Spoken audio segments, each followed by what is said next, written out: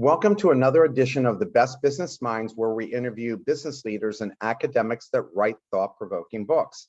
I'm Marc Kramer, a serial entrepreneur who consults with family businesses and entrepreneurs. This is our 120th show. Today's guest is Douglas Cole, author of the Sales MBA, How to Influence Corporate Buyers. I love this book, and it's a must-read for anybody who wants to build a successful sales pipeline and close sales. So, Doug, let's start off with, tell us about your background. Sure, yeah. Well, I wear three career hats at the moment. So I'm a full-time sales leader at LinkedIn. I lead a team of sales professionals who are trying to expand our commercial footprint with large enterprise clients. So that's my day job, so to speak. Then I'm also a startup advisor. I work with accelerators in Canada, the DMZ and Acceleprise, with founders who are trying to start B2B businesses. And then the third hat I wear is a teaching hat. So I teach at a couple of business schools, the Rotman School, the Schulich Executive Education Center, and I teach consulting fundamentals and sales fundamentals in those contexts. So those are the three hats. My background is a combination of consulting and sales fundamentally. That's awesome. And how is the entrepreneurial environment in Toronto? Very active. I mean, Toronto has become certainly one of the key hubs for entrepreneurial activity in the country. It's pretty much Toronto, Montreal, Vancouver. These are the main hubs within Canada at the moment. So a lot of activity. It's been only getting more and more active over the last few years. Excellent. So tell us about, why did you write this book? Why did I write it? Well, I would say there are two animating energies behind this book. So the first is that I always remember this one comment that I heard many years ago from Stephen Covey, the guy who wrote The 7 Habits. And what he said was, he said that if you're looking to make incremental change, focus on behavior. If you're looking to make quantum change, then focus on the mental paradigm. And I always remember that. And it struck me that when I got into the world of sales and I started to pay attention to the way people evolved and that they grew from being a relative novice at sales to an expert at it, what I observed was there's clearly a mindset progression that was happening. There was a change in their paradigm. When they first started out, they were generally preoccupied because they were uncomfortable with the fact that they were speaking to a busy stranger. Because they were uncomfortable about that fact, they just tried to be as likable and as charming as possible. It was that likability was the primary emphasis. And then as they got better and they started to consider the other person's point of view and try to marry that to their own commercial agenda, then they graduated to this level of mutuality where they were working towards win-win outcomes. But the ones who really mastered the craft, the ones who became best in the game, were the ones who got to a level that I would call plausible objectivity. This objectivity where they were finally able to be perceived as a trusted advisor, even though it was perfectly clear that there was some sort of commercial agenda they had as a seller. They were nonetheless seen as someone who had a legitimate place at the table and could have a conversation as a trusted advisor. So one of the main things that this book is trying to do is to define what gives you that objectivity. What is the nature of that plausible objectivity that you can bring to a sales conversation? And I break it down into three buckets. So that's the one, as I say, animating energy behind this book. The second thing that drove me to write it was that it always struck me as odd that despite the fact that sales is an incredibly pervasive career, it's one of the most overrepresented job categories, both formally and informally in terms of how much selling we all do. It's nonetheless something that is not formally taught. If you look at the roughly 4,000 colleges and universities in the US, fewer than 10% of them have sales programs, because it just seems to be generally assumed that this is something you learn on your own. So anyway, I wanted to have at least I want to take at least the first step in defining a curricular foundation for sales, at least in a B2B sense. And so those are the two reasons I would say. I always wondered why schools, I mean, you wrote in the book that 200 colleges teach sales in the book. And I think that that's probably one of the most critical things that you could learn in a business school. Almost one of the most critical things you can learn, just period. Mm-hmm. And yes. Why do you think, now that you are in academia, why don't you think that and I guess the schools you are teaching at are teaching this then? It is becoming more common now. I've definitely noticed a shift. I've definitely noticed that there are programs that are being built around sales, but it's still very nascent. It's still in the very earliest stages.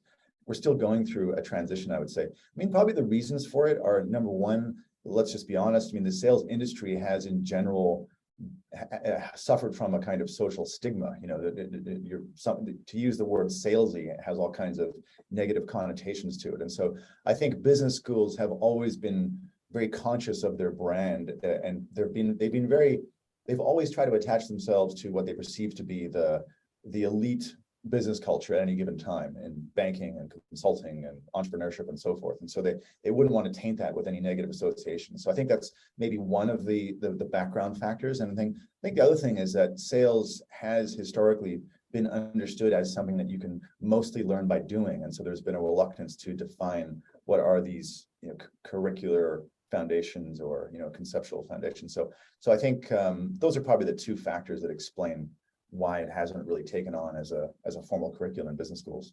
Of course, at universities, you'd have to have people teaching it that actually have done it, not based on theory. And there's a real art to being really good at it, but you don't have to necessarily have a sales personality or be driven like that to be good at it. So why did you go into sales, and what do you like about it? Yeah, well, I think the story of my career, as with so many careers, is a little bit of a mystery. It's a tale of serendipitous discovery. I think that many of us go through our career, and simply because we happen upon some unexpected discovery or insight. So in my case, what happened was I was in consulting, and I was for a while sure that I was going to continue down that path. But then at a certain point when I looked ahead and I was being given the choice, the very explicit choice of putting on the golden partner handcuffs and committing to that track, I just realized as I looked ahead at people who had done that it wasn't going to satisfy me, it wasn't going to inspire me. So I made a decision to leave consulting. And one of the things that I determined was that I was going to round out my education, my business education, by learning sales, because it struck me that I had never learned it as a consultant. I had never learned it in business school for all the reasons we talked about. And I realized that one of the most important drivers of my career satisfaction had been the growth rate of the company that I was working for. When a company is growing fast, there's just a lot of energy, and there are a lot of opportunities within that company.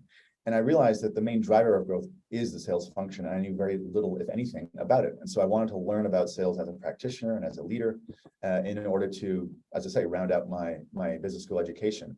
What I discovered, I think quite unexpectedly, is that it was much more interesting and much richer intellectually than I thought it would be, because sales is fundamentally, if you really boil it down to its basics, it's basically psychology and strategy. It's those two things. It has a lot that it draws from both those realms. So I became more interested in it and want to learn and go deeper, and that led to a certain, I guess, obsession or fascination, which ultimately culminated in this book. Marc, are you there? Yep.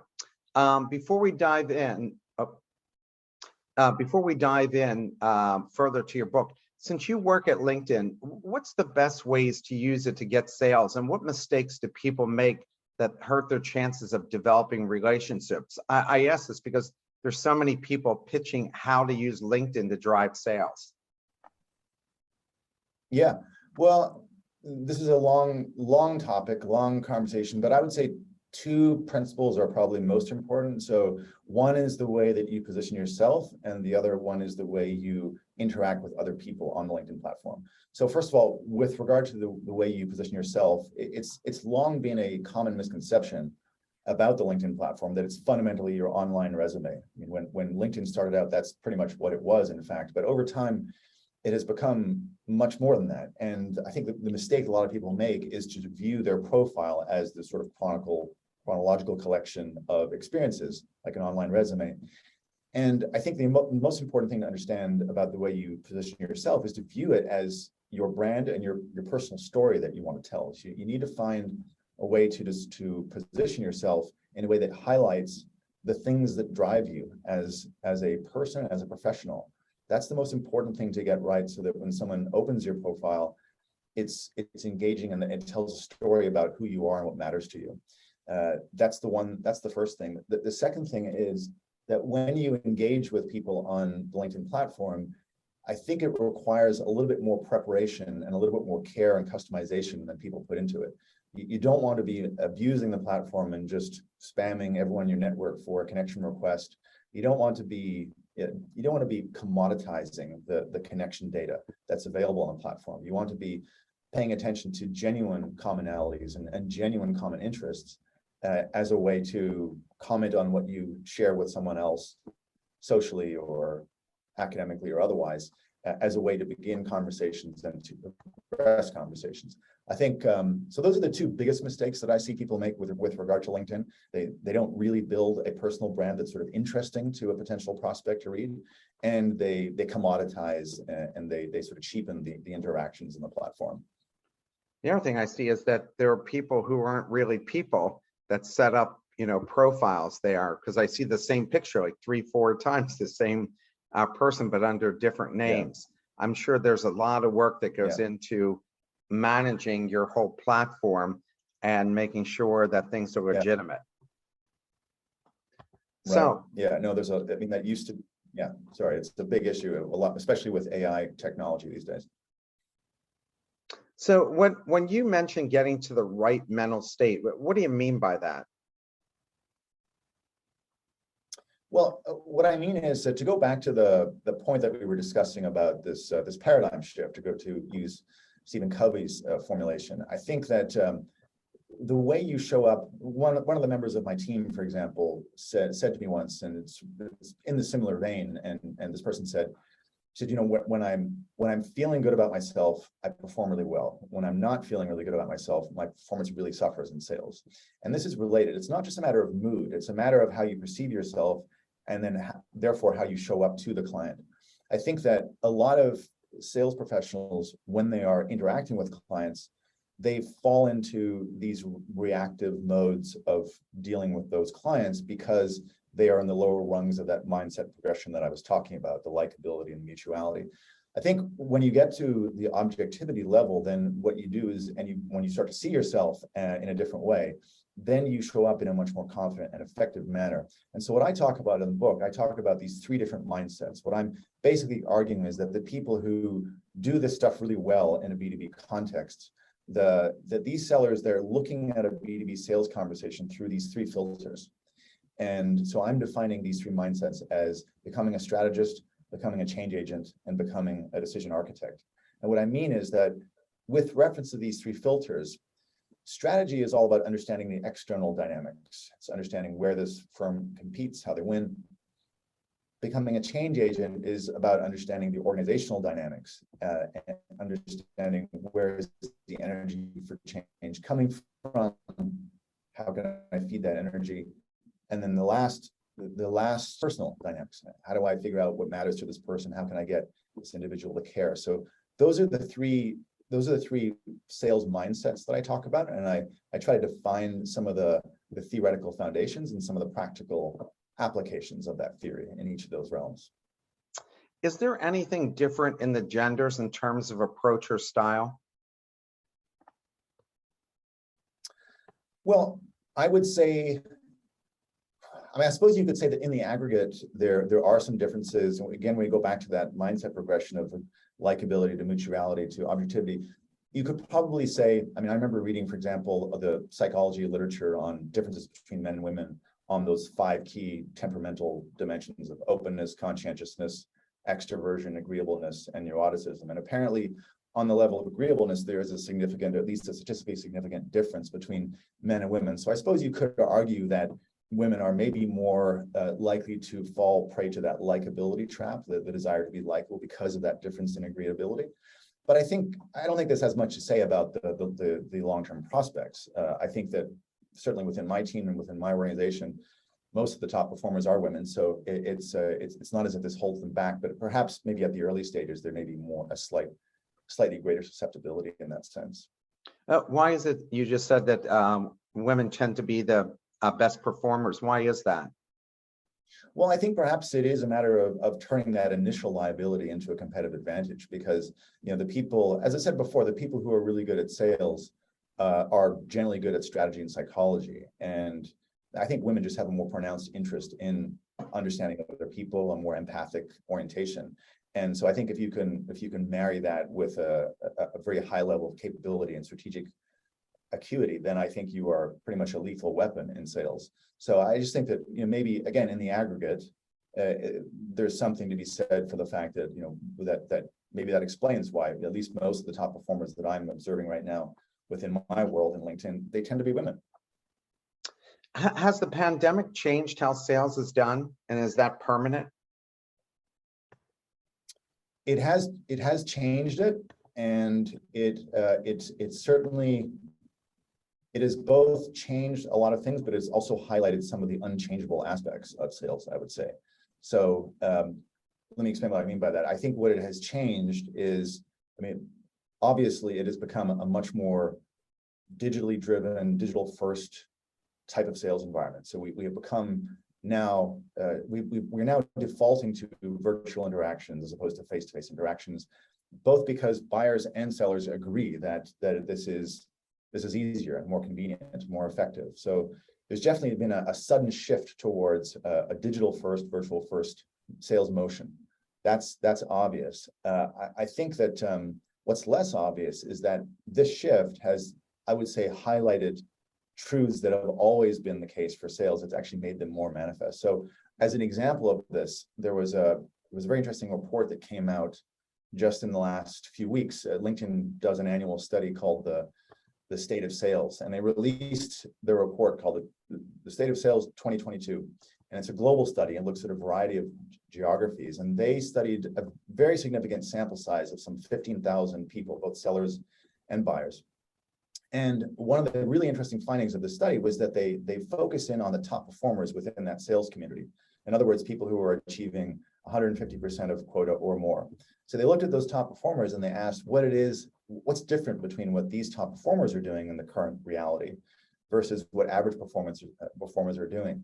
And there were three insights that stood out to me. One was that on the level of preparation, these top performers are just much more wholeheartedly embracing different data sources. They're looking at CRM data, they're looking at sales intelligence, they're looking at online data. A variety of digital data sources are part of their preparation to give them a kind of competitive edge when they go into a client conversation. So they're much more intensive when it comes to preparation. Second of all, relative to average performers, they're much more personalized. So they're about twice as likely to be sending a highly personalized message to a prospect as opposed to a standard message.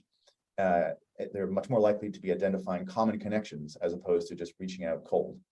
All right, so the personalization is also significantly different. And then the final difference is on the level of prioritization. Perhaps counterintuitively, these top performers are actually spending less time selling than average performers. It's about 10% less time spending selling. And the reason for that, it seems, is that these top performers, having done the research, have determined what are their most high priority opportunities, and they're quite conscious of the trade-off between efficiency and effectiveness. They're not just going to play the numbers game. They're going to be very, very surgical and precise about the people they engage. So when I was saying before that I think we have changed through the pandemic, but the change has highlighted, I would say, permanent truths about sales. This is what I mean. I think something like preparation, personalization, and prioritization, it's not as if those are new concepts. I mean, those have always been, if you like, the core competencies of any salesperson who's worth their salt.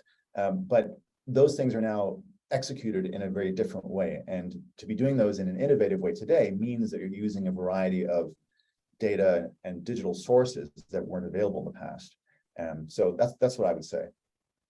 How long does a salesperson stay with you at LinkedIn? Like, or looking at companies in general, how long do they typically stay at an organization? Have you seen any research on that? Yeah, that's a good question. And I think that the tenure, so generally speaking, the turnover rate in sales organizations is around 20%. So the whole organization is sort of replaced every 5 years, roughly speaking. Yeah. And within LinkedIn, that's probably roughly accurate, I would say. Although it's sort of offset. There are a lot of new joiners as well, which I think accelerate the rate at which the team changes, because we're still growing at a healthy rate of about 30% year over year. And so there's a lot of new talent that comes on board. But I feel that the average tenure is probably somewhere on the order of 4 or 5 years, or something like that. And you guys do a lot of vetting before you bring somebody on. I mean, you're hoping that you're bringing in another star player onto your team. When somebody fails to live up to the expectation, what have you learned from that? Well, I have, for me, when someone fails up to live up, to me, that's a reason to go back to the evaluation framework and to ask ourselves, what did we get wrong in the process here? I view that it's not necessarily an indication that the evaluation process was broken in some way, but I think that the evaluation of people and the assessment or projection of talent potential is such a critical question. And anytime you get market feedback in the form of someone who does especially well or especially poorly, you want to go back to your original assessments and conclusions and really try to figure out the degree to which those were accurate or not, or what did you see then that you misinterpreted, or what did you miss entirely? So for me, I'm quite fascinated by this challenge of finding the right people, finding the best possible talent, and making a judgment based on just a few interactions as to whether this person is really going to live up to what seems to be his or her potential. So those are the main lessons I take away. I think that hiring is probably one of the most interesting, but also the most complicated challenges. Well, I mean, look at the drafts of all the major sports teams, right? I mean, they're looking at every conceivable data point with someone, both quantitative and qualitative, and more times than not, they get it wrong.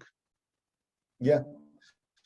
Yeah, I mean, and selling is a very context-specific craft. There are people who can be an excellent, high-performing salesperson in one context, but then you bring them over to a different team, different industry, different company, one of the bottom performers. So it's really, there's a lot going on for sure. And I think we're still trying to sharpen sharpen the pixels on this. What skill sets does someone need and possibly develop to succeed as a sales professional? Yeah. Well, I think that I said before that sales is fundamentally a matter of strategy and psychology. I think if I added a third skill, it would be project management. I think that's one of the key competencies that I've come to see over the years, is that because when a buyer buys a product or a service from an organization, you are not just buying the product or the service, you're also buying the salesperson in a way. And with many products and services, particularly with software solutions or where you have a value proposition that is predicated on a long-term relationship, in those kinds of situations, the performance of the salesperson, the degree to which that person is showing mastery of all the variables and is able to bring different people together and to advance the ball and to keep the energy going and momentum building, that's a skill that I'm just using shorthand project management. I'm using the term project management as a shorthand for that skill that buyer looks for. It's not just evidence that this seller understands my organization, not just evidence that this person understands me, but also this person is really capable in terms of delivering on the product and the service promise that I'm anticipating. So I think those are the critical skills that buyers tend to look for when they evaluate a salesperson and they make a decision about whether to buy. Are there different skills, approaches, and mindsets differ on what you sell and the price tag? If you're selling, a laptop computer for $500, is it much different than if you're selling a, $150,000 computer system?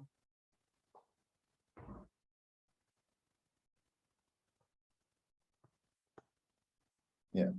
Yeah, I think so. I think that you can basically put sales on a continuum where you go from one extreme of a very transactional sale to one that's a very strategic sale. You go from one that doesn't rely on a sales cycle that is not relationship driven to one that is highly relationship driven. I think that if the further you go towards a high degree of relationship driven sale and a high degree of strategic partnership between the client organization and the sales organization, the more and more you're talking about these elements that I'm describing in the book, the becoming a strategist, becoming a change agent, becoming a decision architect. The more commoditized and the more you shrink down the scope of that sales assessment, then the more it becomes just a matter of just providing raw information to get to a decision. So I think that's probably the most obvious difference. Since sales are global and really global now, how do you prepare yourself for different cultures? How do you prepare yourself and your team to deal with all, and you guys are dealing with 211 countries, right? Yeah. No, so this is a very fascinating topic. I will say that I don't consider myself to be an expert on these cross-cultural considerations. I'm quite interested in them, and I remember actually there's an excellent book on this topic. You sound like a reader, and you've probably read it. Business operates when you think about business happening in a cross-cultural sense. There are these different scales on which the conversation is taking place. So you have a communicating scale, you have an evaluating scale, you have a persuading scale, a deciding scale, whatever. And so she talks about high context cultures and low context cultures. For instance, the United States is a low context culture, meaning that it requires very direct and explicit communication within business. Whereas countries like Japan, for example, are high context cultures, and those cultures rely on much more indirect and implicit means of communication.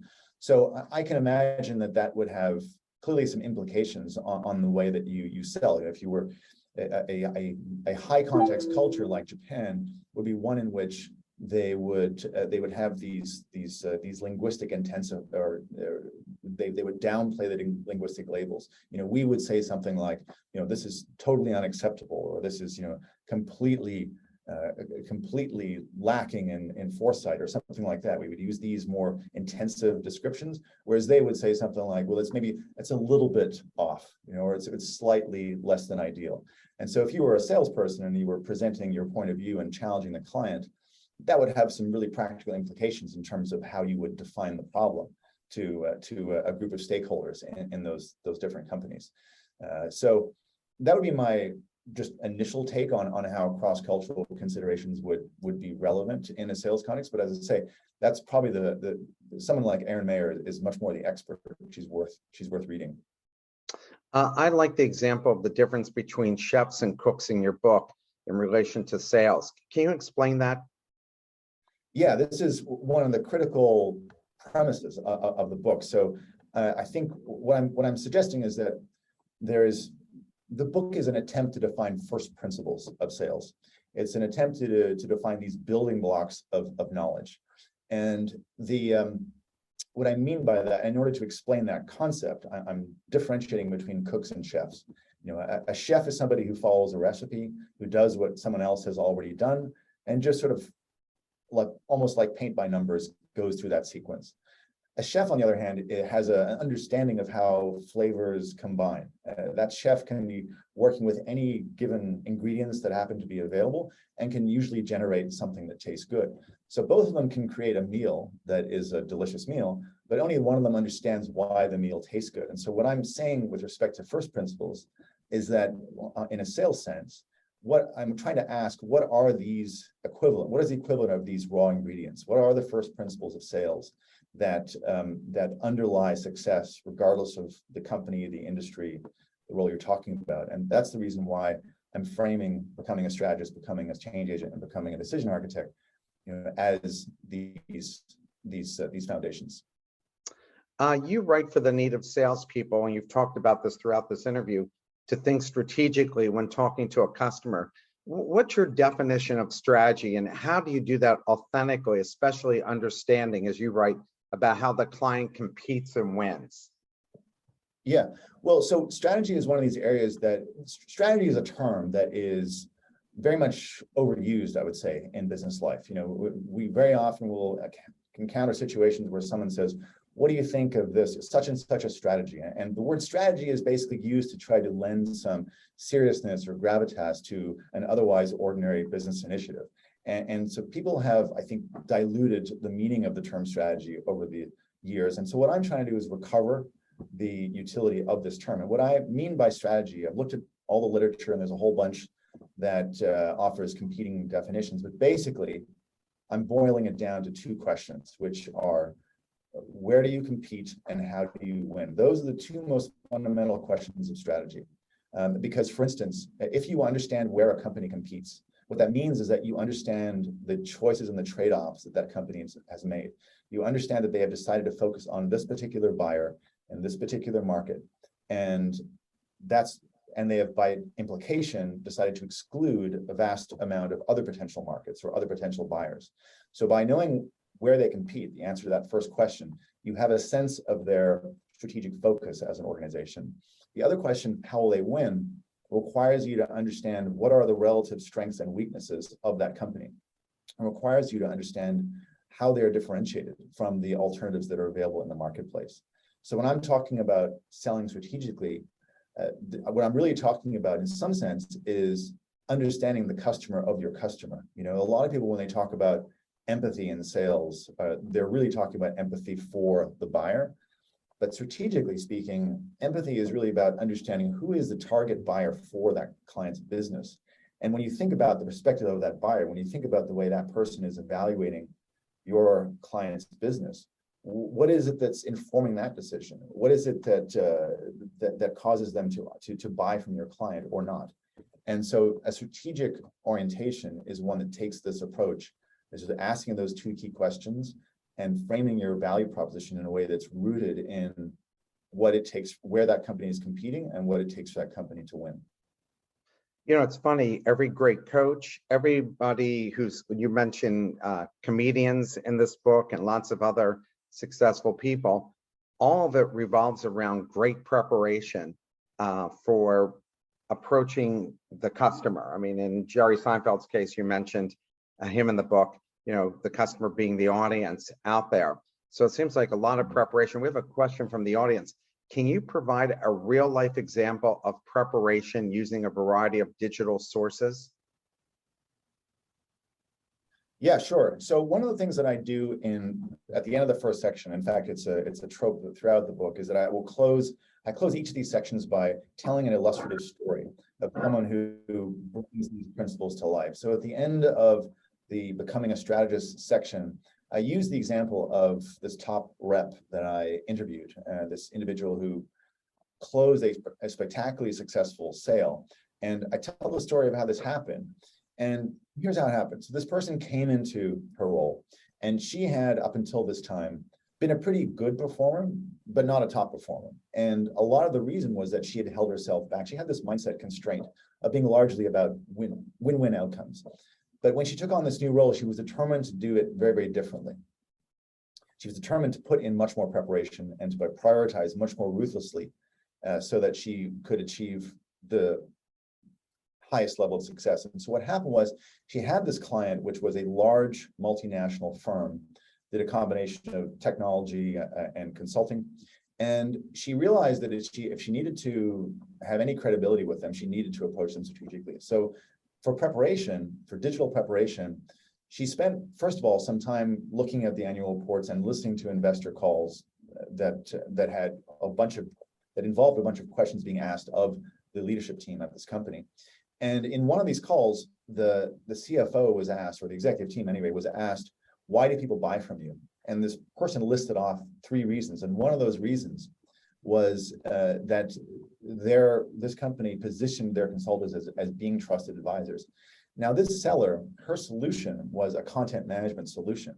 And so the minute she heard that, she thought to herself, okay, now wait a minute.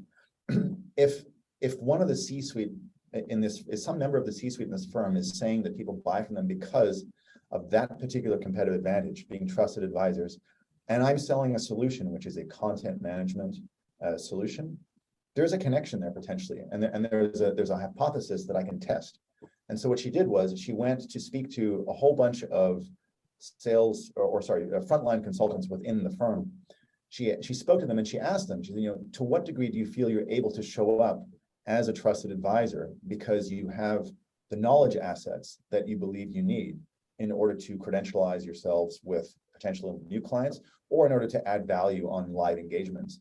And she went on this almost like a journalistic expedition where she spoke to a bunch of individuals, and she determined over time that this was clearly lacking, that many of these people on the front line did not feel that they had what they needed in order to show up as trusted advisors.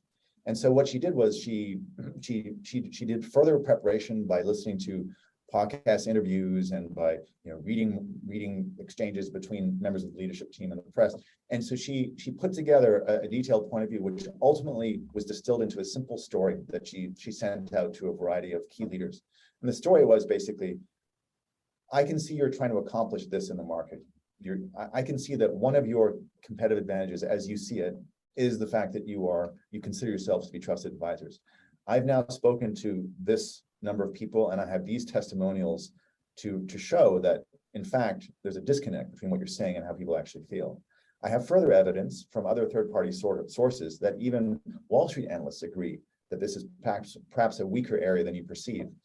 What we have is a solution that addresses this particular problem. We've done so with a number of other people in this space. Here's a couple of examples. Could we set up some time to talk? That was the pitch that got her a meeting immediately with one of the top marketing executives in the company.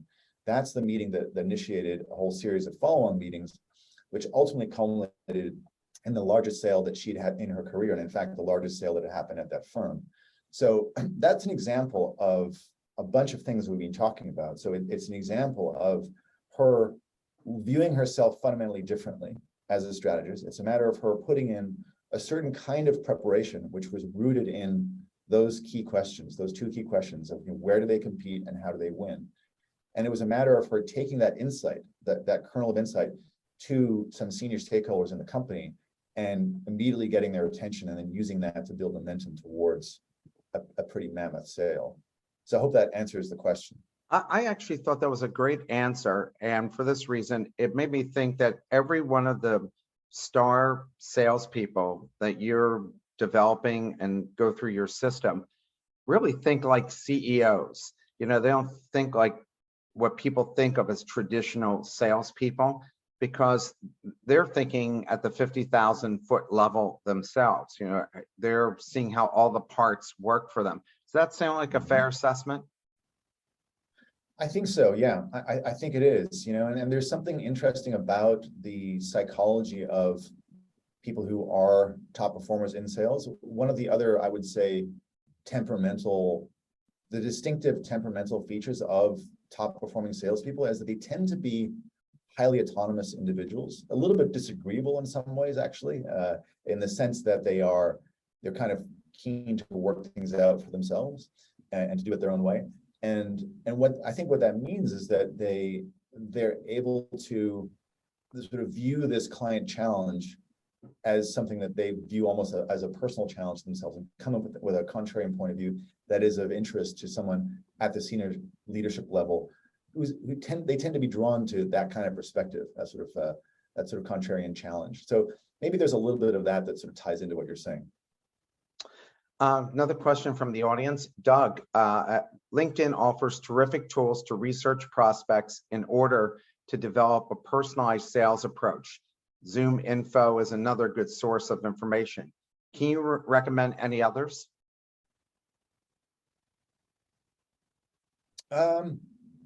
Gosh, there's so many. I think that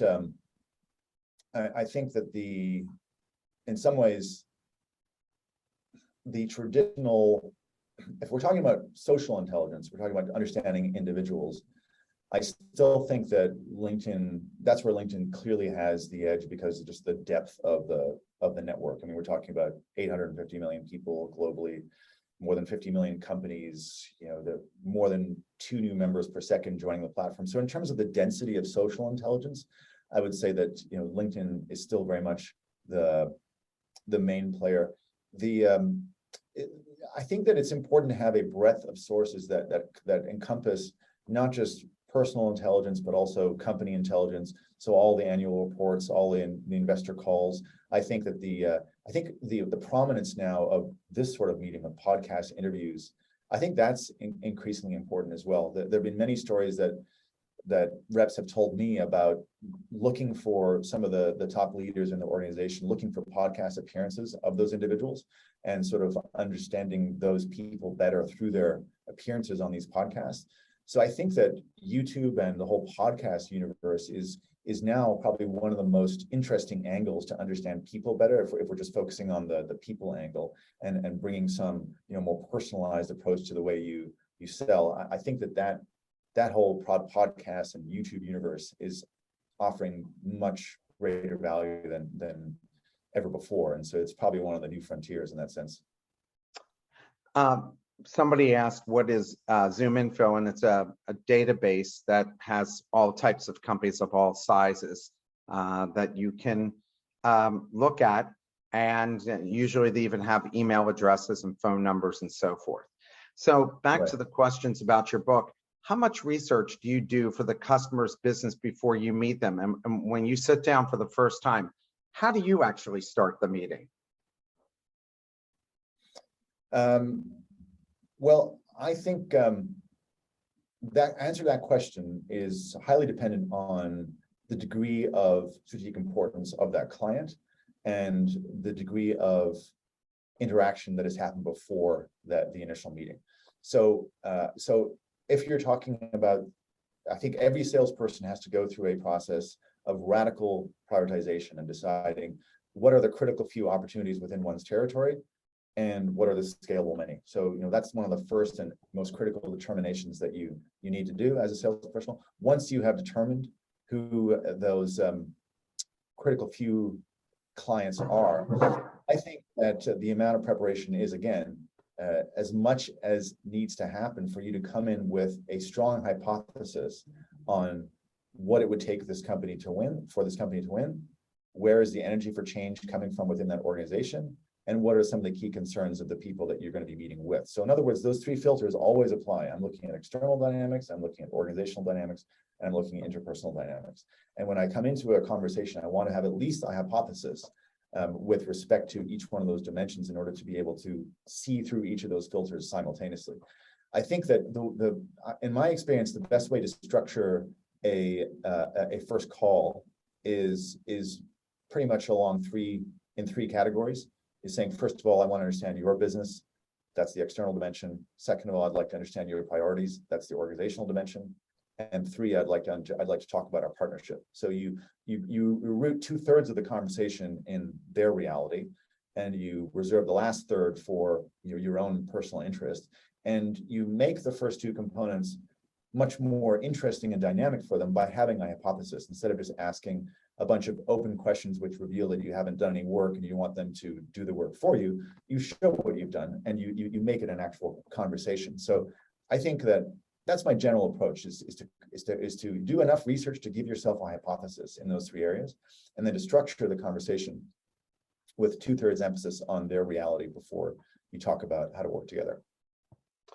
Yeah, and that's how you become the trusted advisors, by doing all that work in advance, so they don't have to act as if they're starting from scratch with you, that you hadn't even, like me reading your book, or asking questions, just general questions about the book.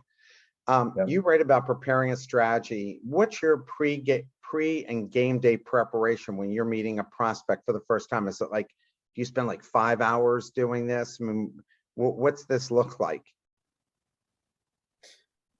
Well, so when I'm coaching my team right now for their preparation, I think that it's sort of a power law distribution is the way I generally describe it. And what I mean by that is for those critical few opportunities, for those disproportionately significant clients, those are the ones that are going to require extraordinary levels of preparation, where you might put in several hours before a meeting with that client. The ones that do not classify as such are the ones where you can not be quite as worried about how much time you put in. It's hard to give a definite answer. I've seen preparation periods of up to 10, 20 hours for an initial conversation, just depending on the level of significance of that client. But I think that what justifies this is that upfront assessment as a sales professional. This is my territory. This is the total size of prize across my territory. For me to maximize my total attainment over the course of this fiscal year, I need to be successful with whatever it is, these 2 accounts. That means when I go to my first meeting with that account, I'm going to spare no effort in terms of what it takes for me to understand the external, organizational, and interpersonal dimension, so that I really show up as someone who has credibility here. You're right, and you've been talking about the concept of being a change agent. How do you do that internally and with clients without offending people? I mean, I think there's always that concern that you're pushing people kind of in a direction that maybe they didn't want you to push them into, or that they're looking at it as, you're putting your agenda first. So how do you do that without offending people?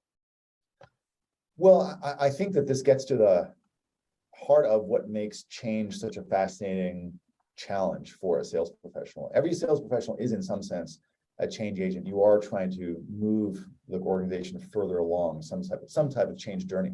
And I think that one of the misconceptions about change is that it's this physics challenge of trying to push someone who's resisting your efforts.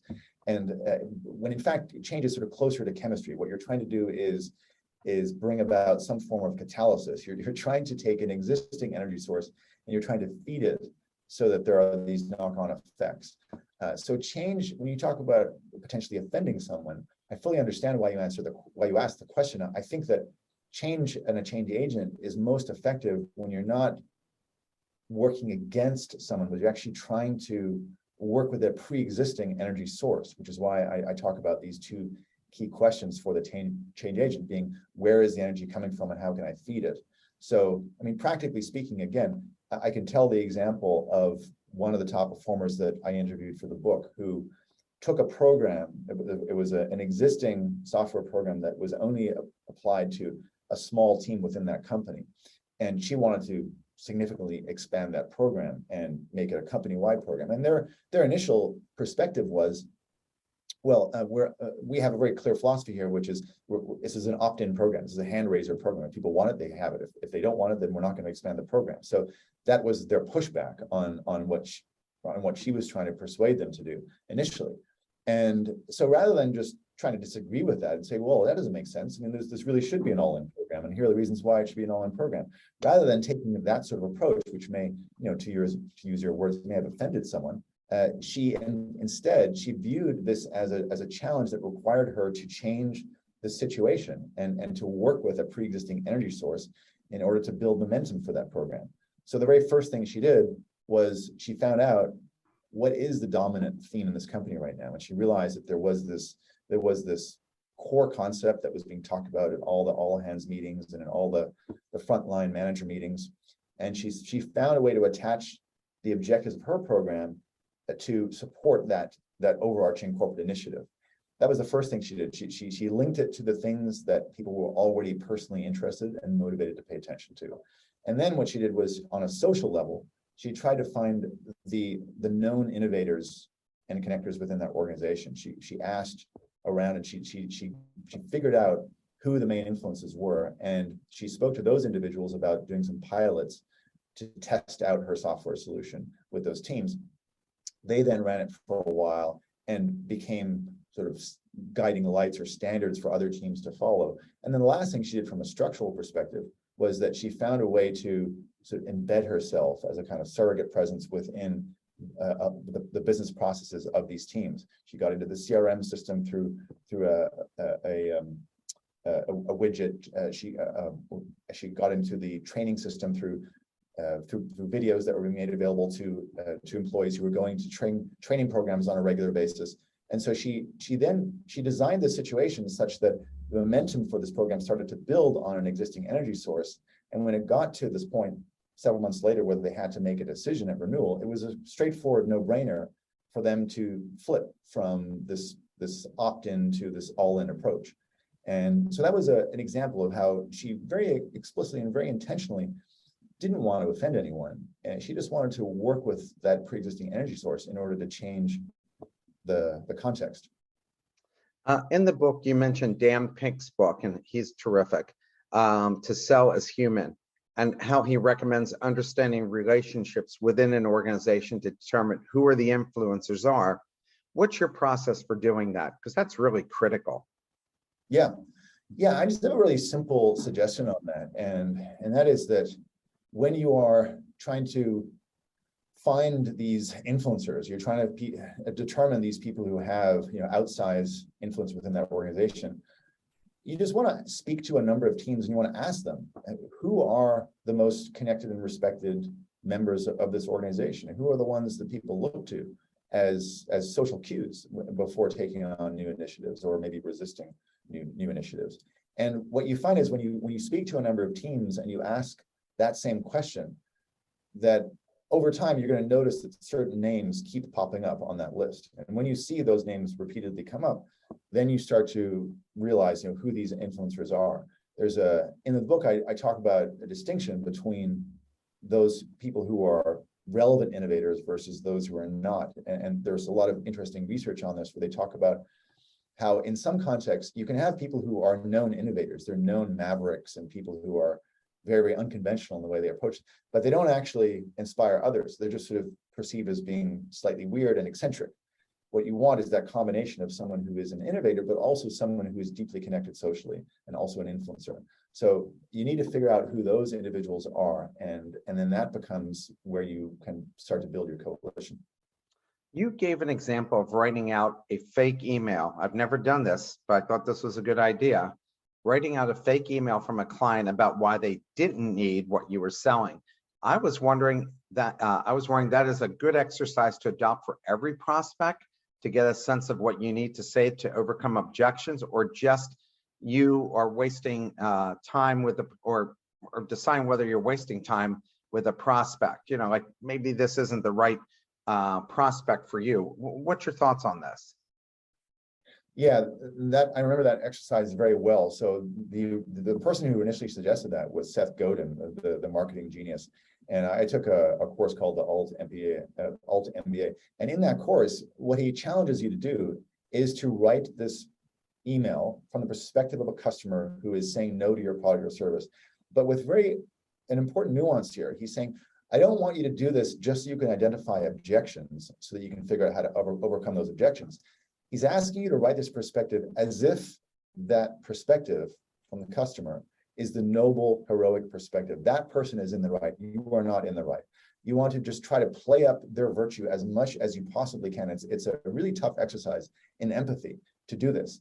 But yeah, that exercise of trying to think through the eyes of your customer in a way that paints that person as the hero, not just as someone who's providing a bunch of potential objections that you can then respond to, but really as the hero, that forces you to understand their emotional reality in a way that sets up a much deeper conversation. Sales, again, to come back to one of our earlier themes in this conversation, it comes down to strategy and psychology, and to understand, to be able to participate in the emotional reality of your client is a very subtle and deep exercise, and it's one that a lot of salespeople kind of skip over because it's so hard to do. But that's what that exercise is about, and it is a very powerful way to reframe the opposition you're up against. After reading this book, I said, I think I need your coaching. I developed a common app called Funding Organizer, and it's for bank loans. It's for bank loan officers to use to collect information. So instead of taking 4 to 8 weeks, it only takes 1 to 3 business days. But I haven't been able to sell it, and I have lots of good excuses, like you wrote about people in the book. How do I turn that around? Or is there a chance my product just isn't needed? Because sometimes you might have a product that people just don't want it. Yeah, well, clearly it's a little bit difficult to answer that question without going into the specifics, but I would say, I guess this is in the spirit of the book, which, as we've been talking about, is a book about first principles.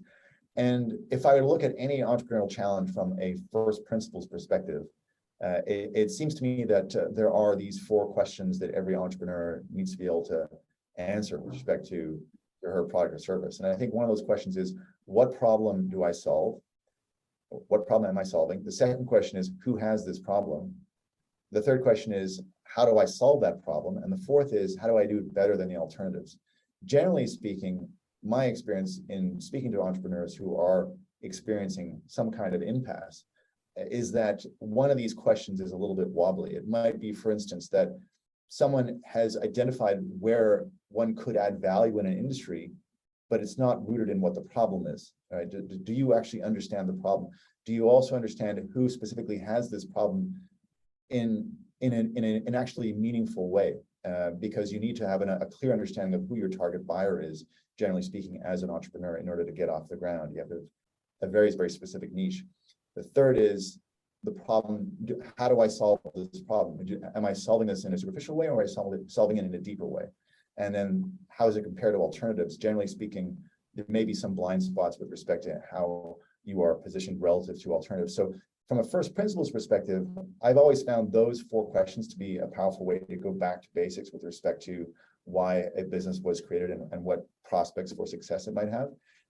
Then, of course, in addition to all those, there's always the question of timing. There are many fantastic products which, in fact, do maybe answer those questions, but it just might be the case that the timing is a little bit off. We've seen all kinds of examples of that in business history, of course. The examples utilizing Jerry Seinfeld's career, which I really enjoyed because I think he's very clever, how he thought about competitive advantages was interesting. Could you relate how he realized writing was the key to success and process a salesperson's focus on how to maximize their chances of long-term success? Yeah, well, Seinfeld is a great example of, I bring him in the book at the end as a way to show how these principles are broadly applicable. These are intended, for the most part in this book, to apply to a sales professional or to someone who's looking to influence. And I use the example of Seinfeld to show just how deep these roots are for all the concepts that I'm talking about. And Seinfeld's career is a great example of someone who's applying these strategic principles and these change agent principles and the decision architect principles. And so, for instance, he made some really critical decisions about what he needed to focus on and how he needed to simplify his focus. And he determined that the most cardinal skill that he needed to work on as a comic was his writing. He figured that if he could really, really go from being sort of an okay writer to a brilliant writer, then that would give him a tremendous competitive advantage as a comic. And so he designed his whole routine, his whole professional routine, around improving his writing ability, set aside roughly 3 hours a day, where all he was allowed to do in that time was write. He could not write, but he couldn't do anything. He couldn't do anything besides. He couldn't succumb to any other distractions. And so I think in a sales context, there's some kind of parallel to this. I think salespeople, there are certain activities which are so simple and so foundational, and a lot of people just don't do them because they naturally recoil from the effort and from the pain of doing these things. And so I would say those two things are probably my best candidates for them would be probably the prospecting, just putting in on a regular basis a certain amount of prospecting effort. And the other thing is this preparation angle, just constantly looking to learn more about the external dynamic, the organizational environment, interpersonal. Those require sweat. And so to shrink these tasks down to manageable bite-sized pieces and to commit to them in a systematic way, in the way that Seinfeld did, I think that's key to success as a sales professional. So we're only going to have time, I think, for 2 more questions. I'm curious, when is the best time to write to prospective customers? I tend to write in the mornings or Sundays, especially to CEOs. My feeling regarding CEOs is that no one's screening at those times. What do you recommend? Yeah, I think that the general principle is outside of business hours and outside of peak catch-up periods. So I think, early Wednesday morning or late Wednesday night or early on Sunday, late on Sunday, that, those are the kinds of hours. There's a great story that I remember Tim Ferriss told many years ago, where he was working as a sales professional and he wasn't doing so well at getting CEOs' attention. And so he just made that simple switch of calling them after hours, and his engagement levels just went up. So I'm sort of doing a hat tip to what I remember hearing, but it's definitely something that I've personally experienced and seen others on my team experience too. So here's the last question for you. What are the key changes in the sales industry that your book helps to address? Well, I would say number one is to elevate the sales profession. I think that we talked a little bit earlier about the stigma that has been associated with sales for a while. I want to explain just how rich and intellectually stimulating the area of sales can be when you think about it through these filters. So I'm looking to elevate the profession through this book. And the second thing is I'm looking to give people a common set of principles that apply regardless of your job. So I'm working towards a true sales MBA, in other words, a recognized consensus of what are the underlying foundations of sales success. So those two things I would say. Could you mention your website? Yeah, the website is thesalesmba.ca. The book can be bought on Amazon. And if any of it lands with you, I would just ask if you could please write a review, because that's the most important way to get to other readers. Doug, you were awesome, and you've got a great book. You're a smart guy, and it comes through in the book. So thank you so much for being on, and I hope you'll write another book so we can have you on again. Thank you so much. I will definitely be working toward that. Everybody have a great weekend. Hope you all stay cool, or at least get into a pool, something good. Have a safe weekend, everyone. See you all next week. Take care. Thanks so much.